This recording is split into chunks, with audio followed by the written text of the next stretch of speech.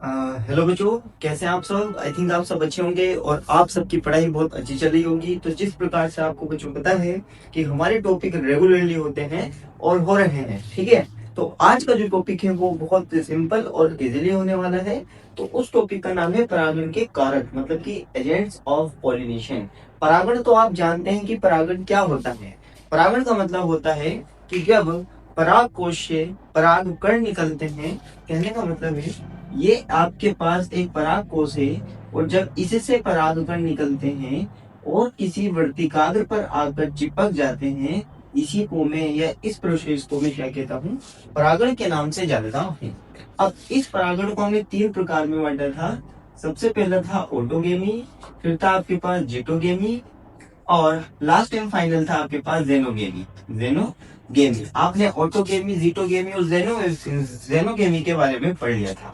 Autogamy या इन तीनों process में क्या हो रहा था, इन तीनों प्रोसेस में क्या हो रहा था, पराग कोश से परागकण निकल रहे थे,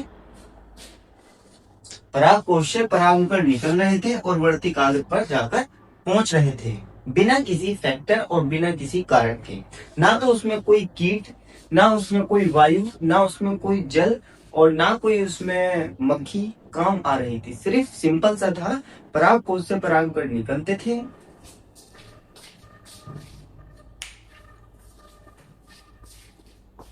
परागकण निकलते थे और निकलने के बाद वह क्या हो जाते थे, इस पर आकर चिपक जाते थे और परागण हो जाता था। इतना काम होता था। लेकिन कारक का मतलब होता है फैक्टर। क्या मतलब होता है जो फैक्टर होता है, मतलब कोई कोई एजेंट्स होते हैं। जैसे कि परागण कारक दो प्रकार के होते हैं। जो आपके पास एजेंट्स ऑफ पॉलिनेशन है वो टू टाइप्स होते हैं या दो प्रकार के होते हैं। सबसे पहला होता है जैविक कारक और दूसरा होता है अजैविक कारक। बच्चों को बहुत कंफ्यूजन रहती है कि यह परागण कारक है। परागण कारक दो प्रकार के होते हैं।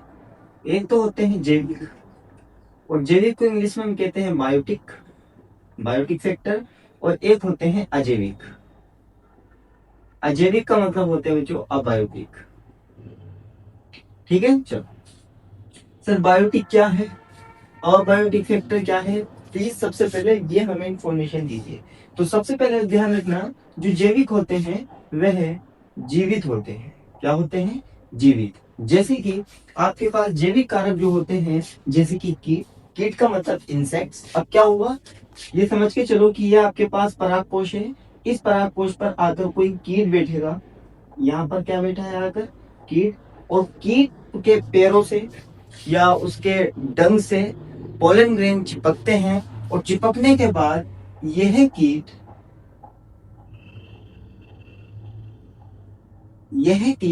जाएगा जाएगा जाएगा और इस स्टिग्मा पर आकर बैठ जाएगा। जो इसके पोलन ग्रेन थे, यहाँ पर एक पोलन किट होता है। वो पोलन किट इस इसके पैरों से, इसके डंग से अपने आप को ग्रहण कर लेती है। यहाँ पर क्या होता है, पोलन किट प्रेजेंट होता है, आपने पढ़ा हुआ, ठीक है। तो ये किट यहाँ पर आ जाता है। तो इसे हम कहते हैं कीट परागण। इसे हम क्या कहते हैं, कीट परागण। और कीट परागण को हम कहते हैं इंटेमोफिली। अब आता है पक्षी। अब किसी भी पक्षी को ले लीजिए, कोई पक्षी यहाँ पर आया है, ये यहाँ पर पक्षी देख लीजिए, ये पक्षी आया है, इस पक्षी से चिपक पोलन ग्रेन चिपक चुके हैं, ये पोलन ग्रेन फिर इस पर आ चुके हैं। तो इसे पक्षी परागण कहते हैं, जिसे कहते हैं ऑर्निथोफिली।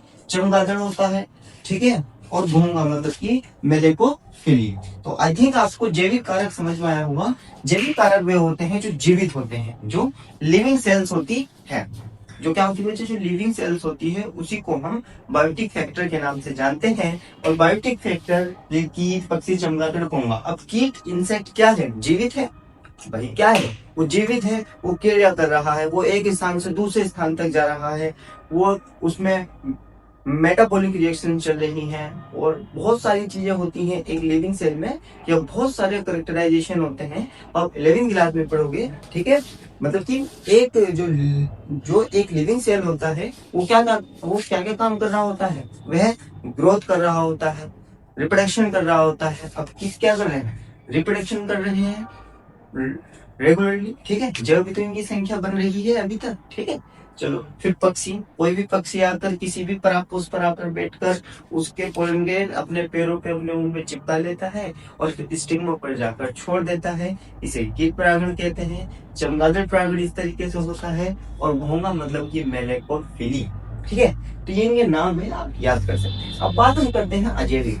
अजैविक का मतलब होता है जो नॉन लिविंग होते हैं। नॉन लिविंग का क्या काम है सर? देख, अब आपने एयर देखी है, एयर नॉन लिविंग है, ना तो वे ग्रोथ करती है ना वो रिप्रोडक्शन कर रही होती है। ठीक है, वो तो एक एटमॉस्फेयर में प्रेजेंट होती है। ठीक है, आप क्या ले लीजिए, आप वायु ले लीजिए, जल ले लीजिए, ये जीवित या लिविंग सेल्स नहीं होते हैं। ना ये रिप्रोडक्शन कर रहे होते हैं, ना ये किसी तरीके से ग्रोथ कर रहे होते हैं। इतनी सारी चीजें बिल्कुल भी नहीं कर रहे होते हैं।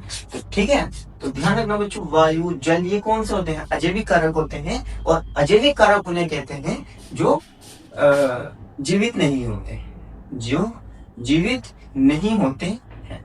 और ध्यान रखना, ये ध्यान रखो, ये जीवित नहीं होते हैं। और जीवित का मतलब है कि यह वायु और जल ये जैविक कारकों को प्रभावित करते हैं। और बहुत तेज वायु चली, ध्यान रखना, कुछ 100 किलोमीटर प्रति घंटे के हिसाब या प्रति सेकंड के हिसाब से वायु चल रही है और वह कीट को उड़ा रही है, पक्षी को उड़ा रही है, हमें बहुत नुकसान पहुंचा रही है ना। तो यह जैविक कारकों को इफेक्ट करते हैं। जल हुआ, वायु हुए, ये चीजें। ठीक है, तो वायु को हम कहते हैं एनिमोफिली, जल को हम कहते हैं हाइड्रोफिली। हाइड्रोफिली भी 2 प्रकार का होता है। ठीक है, वो हम आगे पढ़ेंगे विशेषताएं, लेकिन सबसे पहले आपको ये बताना जरूरी था। अब बात है कि सर वायु क्या द्वारा क्या है, समझ के चलो कि ये है आपके पास परागकोश है। परागकोश से या परागकोश में उपस्थित परागकण है। बहुत तेज हवा चली, मतलब कि बहुत तेज आंधी आई, हवा चली, ये सारी चीजें हुई, तो उसके जो पोलन ग्रेन है, उस एंथर के अंदर जो प्रेजेंट पोलन ग्रेन है वो बाहर निकलते हैं वायु के द्वारा, तेज वायु के द्वारा, और किसी भी वर्तिकाओं पर जाकर चिपक जाते हैं। मतलब कि यहाँ पर 100 ऑफ मिलियन, मतलब यहाँ पर बहुत सारे पोलन ग्रेन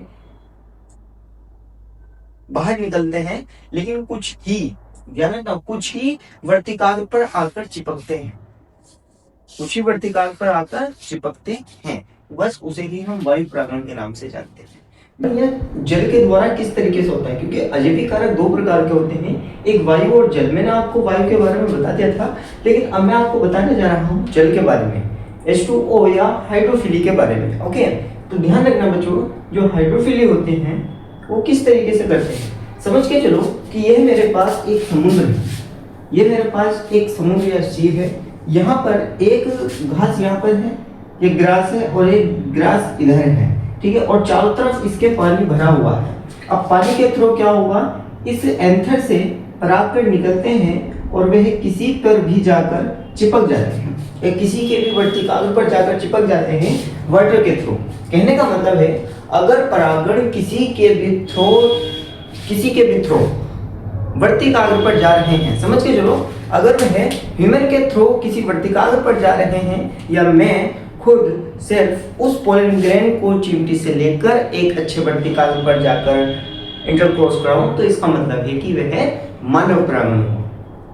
क्या हुआ, वह मानव परागण हुआ। ठीक है, तो ठीक उसी प्रकार से परागण जिसकी वजह से होगा, बस उसी का हम नाम दे देंगे। वायु से हुआ तो वायु परागण, जल से हुआ तो जल परागण, कीट से हुआ तो कीट परागण, और किसी पक्षी से हुआ तो पक्षी परागण, और अगर चमगादड़ से हुआ तो चमगादड़ परागण के नाम से जानते हैं। बस डिफरेंट इतना समझना कि परागण 2 प्रकार के होते हैं, जैविक और अजैविक। जैविक कौन से होते हैं और अजैविक कौन से होते हैं, बस इसी डिफरेंट को आपको क्लियरली अपने माइंड में बिठाना है। ठीक है, आई थिंक आपको ये इतना सा टॉपिक समझ में आया होगा कि परागण के कारक क्या होते हैं। वैसे तो आपको बहुत सिंपल लगता होगा कि कारक, ठीक है, लेकिन आपको जैविक और अजैविक के बारे में पता चल चुका है। जैविक का मतलब लिविंग सेल्स होती हैं और अजैविक का मतलब नॉन लिविंग सेल्स होती हैं। ओके, तो ठीक है, तो टेक दिस स्क्रीनशॉट एंड आप अपनी कॉपी में इस तरीके से भी लिख सकते हैं, समझ के लिख सकते हैं, अपनी लैंग्वेज में लिख सकते हैं। ऐसा नहीं है कि जो बोर्ड पर लिखा हुआ है वही लिखना है, नहीं, आप अपनी इच्छा